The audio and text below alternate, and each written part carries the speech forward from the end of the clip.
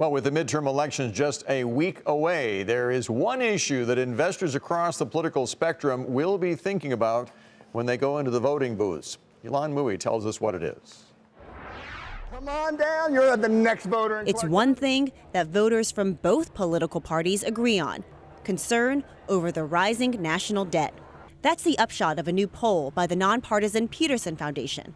Republican, Democrat, or Independent, roughly 3/4 say the debt is a factor in who they'll support in next week's midterm elections. They know that the debt affects the economy and it affects their way of life and their incomes, and they want Washington to do more about it. The foundation has long called on lawmakers to rein in spending. The deficit ballooned to $779 billion over the past year. That's a jump of 17%. Next year, it's forecast to hit $1 trillion.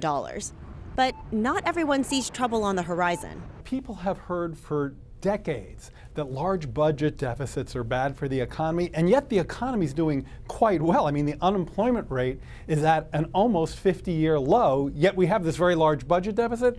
So I think it's pretty hard to convince people that it's really that big a problem. President Trump is asking his cabinet to cut costs. I would like you to come back with a 5% cut. Get rid of the fat. Get rid of the waste. And I'm sure you can do it. I'm sure everybody at this table can do it.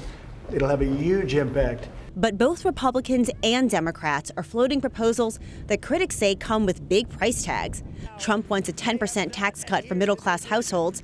Democratic Senator Cory Booker wants to give every child a $1,000 savings account.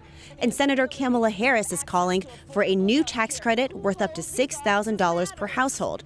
The cost to the country? An estimated $3 trillion. The problem is sometimes campaign promises do become reality. And so to the extent elected leaders are running elections and trying to win with making promises that we can't afford, that's a dangerous thing. What do voters really want to see?